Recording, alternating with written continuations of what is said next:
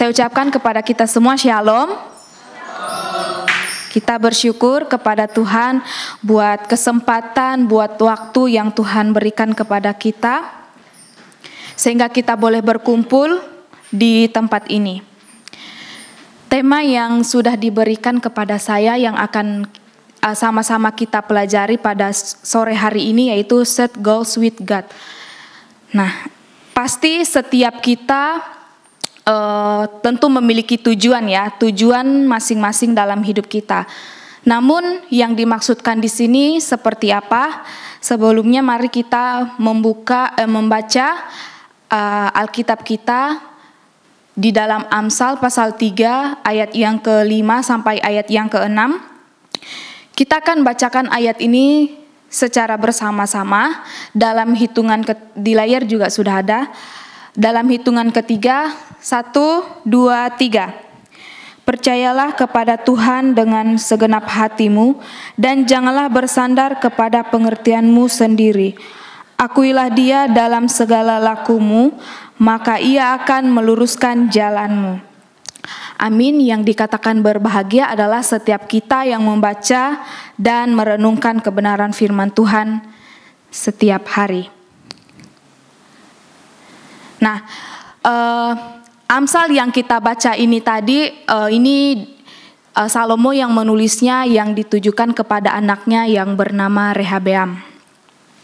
Nah, kita mau mengetahui terlebih dahulu latar belakang gitu ya, latar belakang dari keseluruhan kitab ini gitu, kitab Amsal.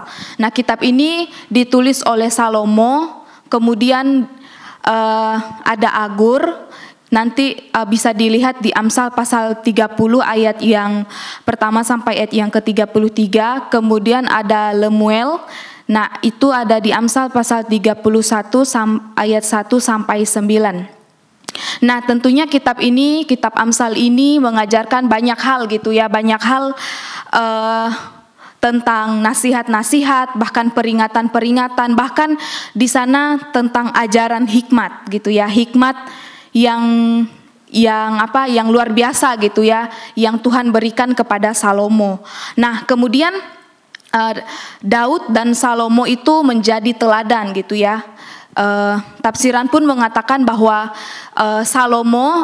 Daud itu adalah sumber bermazmur gitu ya, pemazmur, dan si Salomo adalah sumber berhikmat gitu. Bisa dilihat di Amsal pasal 1 ayat 1. Kemudian ada di layar. Nah, jadi tujuan penulisan Amsal ini yaitu supaya menuntun hidup agar bijaksana, tentunya hidup kita gitu ya, menuntun hidup kita untuk bijaksana. Nah, kemudian memberikan kecerdasan gitu ya, pengetahuan dan kebijaksanaan kepada setiap anak muda, bahkan kepada setiap kita gitu ya, setiap kita yang ada di tempat ini. Nah, tujuannya apa? Yaitu supaya kita tetap memuliakan Tuhan.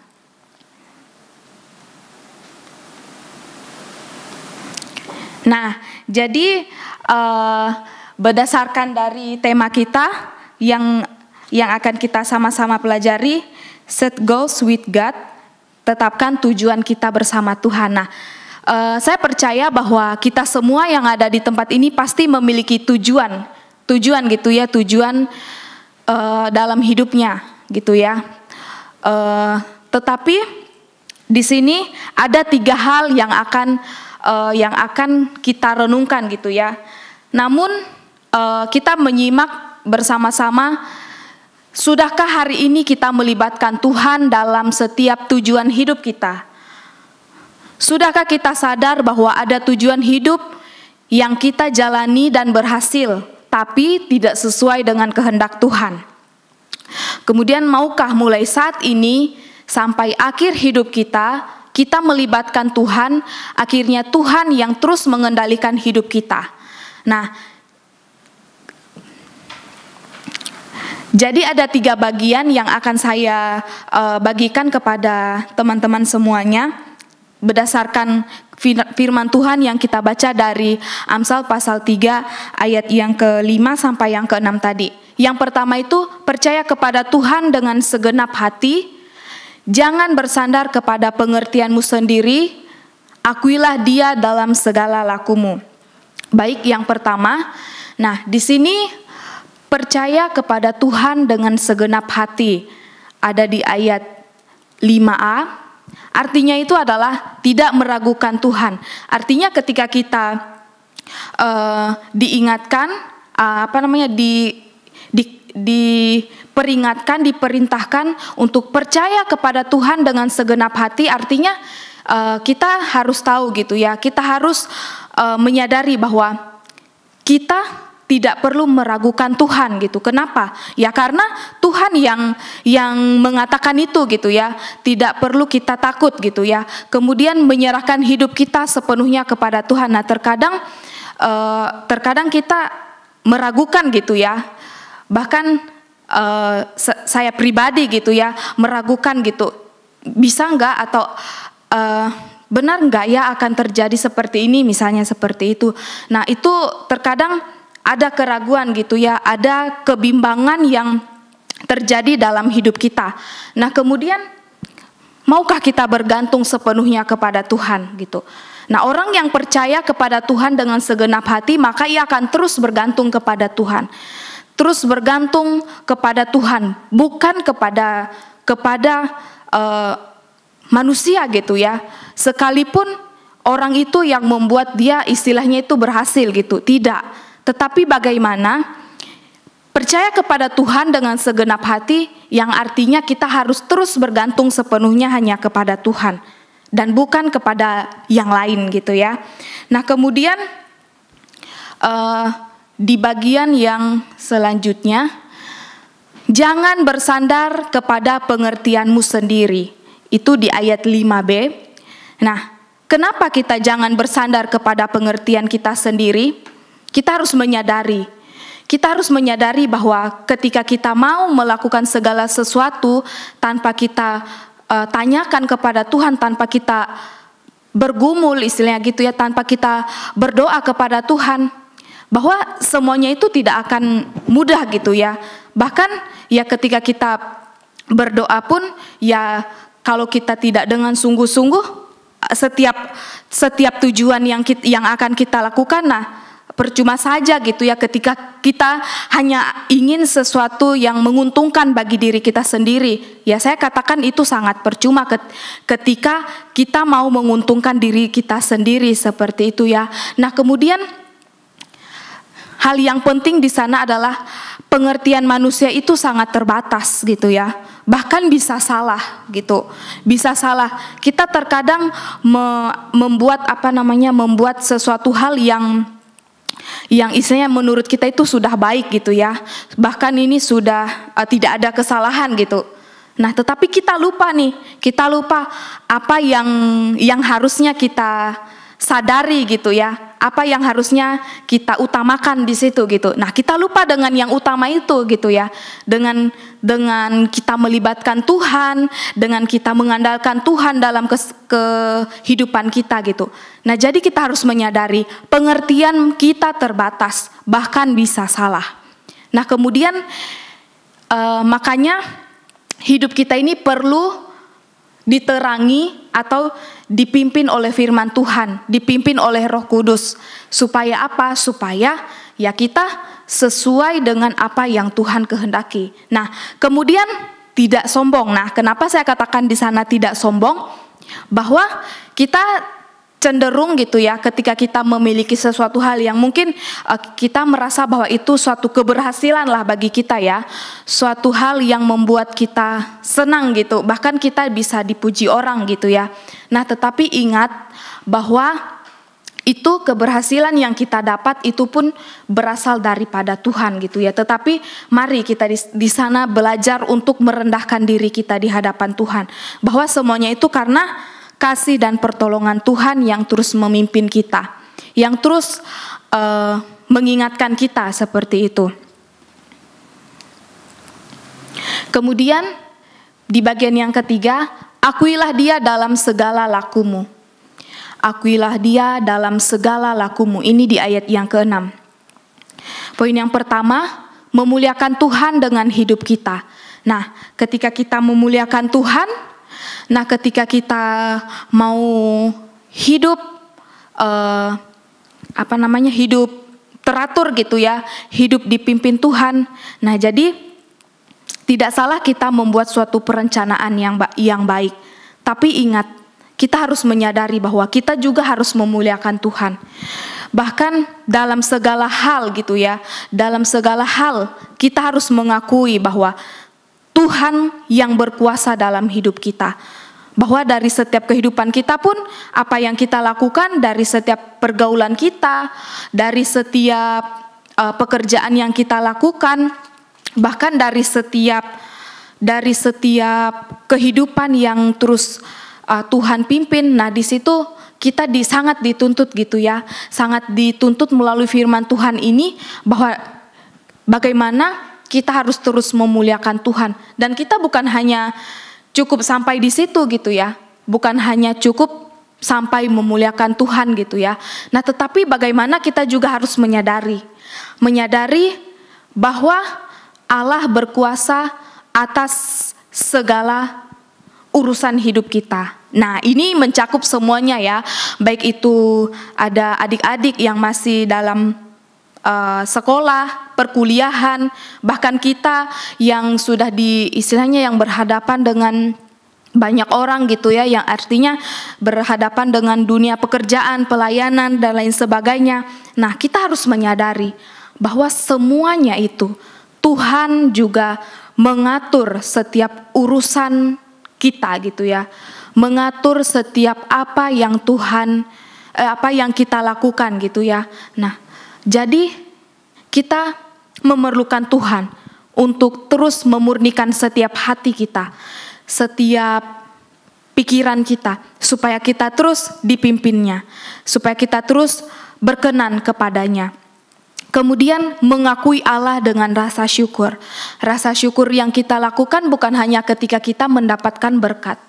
Nah, kita belajar bahwa berkat Tuhan itu banyak gitu ya, banyak berbagai hal gitu ya. Tetapi di sini bukan hanya mengucap syukur ketika kita mendapat berkat seperti mendapat berkat materi dan lain sebagainya gitu ya.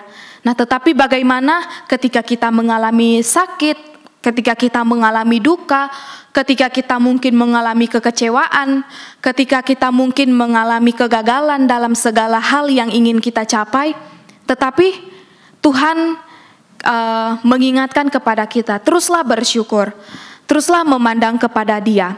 Kemudian ketika kita gagal dalam menjalankan sebuah tujuan hidup kita atau rencana yang sudah kita buat tadi, kita gagal. Nah, tetapi janganlah kita berputus asa, tetapi jadikanlah itu menjadi suatu istilahnya tuh semangat kita untuk terus memandang kepada Tuhan. Nah, itu adalah suatu hal yang perlu kita akui dalam kehidupan kita.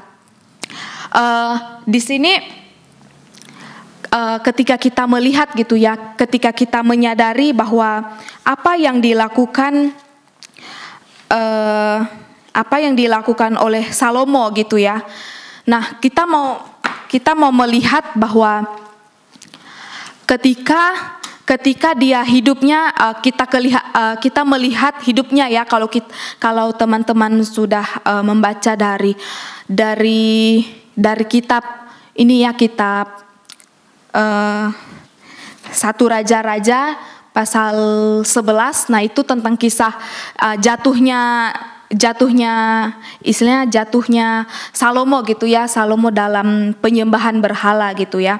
Nah, ketika kita melihat hidupnya itu sangat baik gitu ya, sebelum dia jatuh dalam penyembahan berhala kepada dewa-dewa atau allah-allah yang lain, dia diberikan hikmat. Ketika dia meminta hikmat kepada Tuhan, Tuhan memberikan dia hikmat. Sehingga kita melihat di kitab Amsal ini begitu banyak sekali pelajaran-pelajaran berharga yang kita dapatkan gitu ya, ketika kita merenungkan itu dengan benar gitu ya. Nah, ketika hidupnya terus mengandalkan Tuhan, terus memohon kepada Tuhan dan terus berpaut kepada Tuhan, maka hidupnya terus mulus gitu ya. Istilahnya tuh mulus dalam artian bahwa Tuhan itu terus memimpin dia gitu.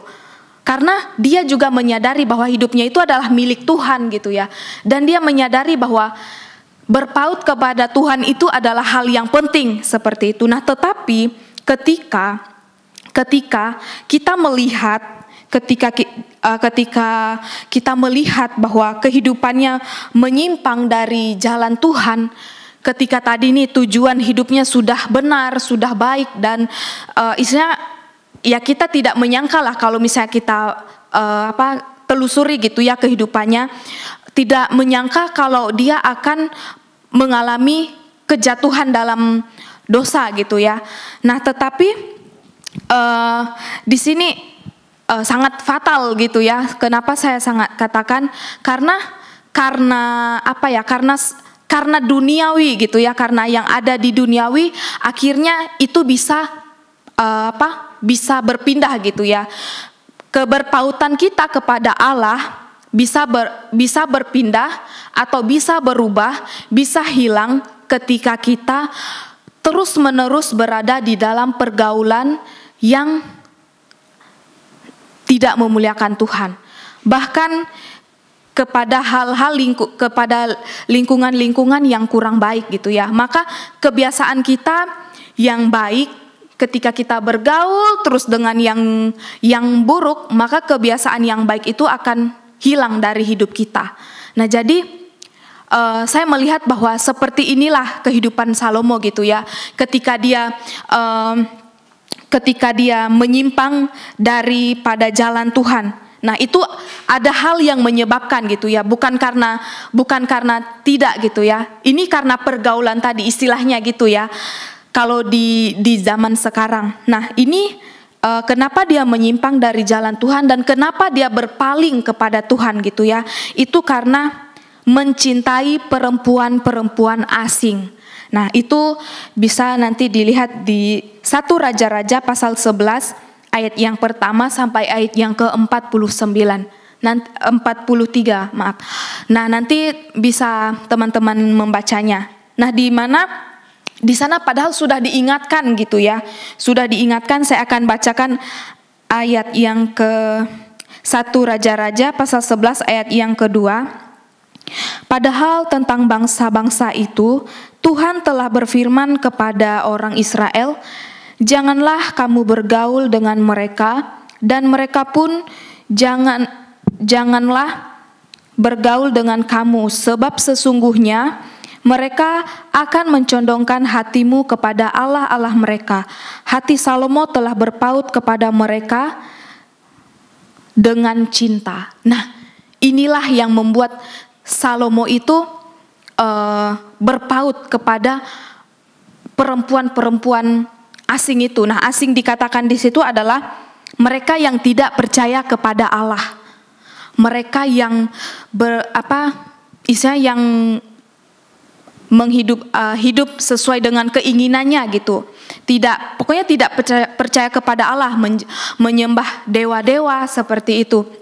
Nah, sehingga Salomo terjebak dalam hal itu gitu. Nah, padahal tadi seperti di ayat 2 yang saya katakan tadi di Raja-Raja, padahal Tuhan sudah mengingatkan kalau misalnya kamu mencintai mereka, maka kamu akan dicondongkan. Artinya kamu akan diajak juga untuk menyembah dewa-dewa gitu. Dan kamu tidak akan lagi bersama Allah gitu maksudnya gitu ya. Nah, padahal sudah diingatkan. Nah, sekarang kita menyadari diri kita gitu ya. Ketika kita terus diarahkan oleh firman Tuhan, Tuhan mau ketika kita tetap berada di tujuan gitu, tujuannya gitu ya. Nah, mari kita bersama-sama belajar untuk terus melembutkan hati kita gitu, taat kepada perintah Allah gitu, firman Allah gitu, di mana firman mengatakan kebenaran, lakukanlah itu. Ketika kita diingatkan dan responilah itu dengan baik. Nah, kemudian akhirnya ketika Salomo sudah tua dan istri-istrinya, di ayat yang keempat, saya akan bacakan ayat yang keempat di Raja-Raja tadi, 1 Raja-Raja pasal 11 ayat yang keempat. Sebab pada waktu Salomo sudah tua, istri-istrinya itu mencondongkan hatinya kepada allah-allah lain, sehingga ia tidak dengan sepenuh hati berpaut kepada Tuhan Allahnya seperti Daud ayahnya. Nah, akhirnya Salomo tidak lagi berpaut kepada Allah dengan segenap hatinya. Karena apa? Karena istri-istrinya tadi sudah memanfaatkan kesempatannya gitu ya, membawanya kepada hal-hal yang tidak benar, membawanya dalam penyembahan-penyembahan yang tidak memuliakan Tuhan. Nah, akhirnya dia mengikuti istri-istrinya. Nah, kita tahu ya bahwa istrinya ini sangat banyak gitu, sangat banyak sekali gitu, sehingga berbagai macam-macam gitu ya, dewa-dewa yang disembah gitu ya. Bahkan itu sangat mengerikan sekali gitu ya dalam pergaulan gitu ya, kalau kita lihat, kita tarik di zaman sekarang gitu ya. Jadi firman Tuhan ini mengingatkan kepada kita, tetaplah berada pada apa yang Tuhan mau dalam kehidupan kita. Seperti ketiga pertanyaan di awal tadi, ketika kita belum melibatkan Tuhan dalam kehidupan kita, mari kita bersama-sama belajar untuk melibatkan Tuhan terus dalam kehidupan kita. Tentunya itu bukan karena kekuatan kita, tetapi karena pertolongan Roh Kudus dalam kehidupan kita. Jika kita belum melakukan itu, mari kita bersama-sama belajar mulai saat ini. Dalam segala perencanaan hidup kita, pekerjaan, bahkan sekolah kita, perkuliahan kita, dan lain sebagainya. Mari kita bersama-sama dengan rendah hati kita kepada Tuhan, terus melibatkan Tuhan dalam sepanjang kehidupan kita. Kemudian ada perenungan yang akan kita terus ingat gitu ya, bahwa ingat dan percayalah kepada janji Tuhan. Nah, ingat bahwa ketiga hal yang kita baca tadi tentang terus percaya kepada Tuhan dengan segenap hati, bahkan jangan bersandar kepada pengertian kita sendiri, bahkan akuilah Dia dalam segala lakumu, bahwa ingat dan percayalah bahwa janji Tuhan tetap setia dan tidak pernah berubah. Kemudian belajarlah rendah hati untuk terus dipimpin Tuhan, dan janganlah mengeraskan hati kita. Jangan menolak gitu ya, menolak firman Tuhan yang mau mengingatkan kita. Mungkin ada teman-teman kita yang terus mengingatkan kita untuk kita tidak melakukan hal yang tidak berkenan di hadapan Tuhan. Bersyukur, karena apa? Karena Tuhan masih mengasihi kita. Maksudnya masih memberikan kita kesempatan, masih memberikan kita waktu untuk kita memperbaiki hidup kita. Kemudian kekuatan kita hanya kepada Tuhan, bukan kepada diri kita sendiri. Jadi ingat, kita bersama-sama pada sore hari ini belajar bahwa sesungguhnya kita yang membuat suatu perencanaan, tetapi teruslah berdoa kepada Tuhan, teruslah serahkan semua perencanaan, semua apa yang kita lakukan itu sesuai dengan apa yang Tuhan kehendaki. Bersama-sama terus kita untuk rendah hati dan terus bersyukur kepadanya. Amin untuk firman Tuhan. Mari kita bersatu dalam doa.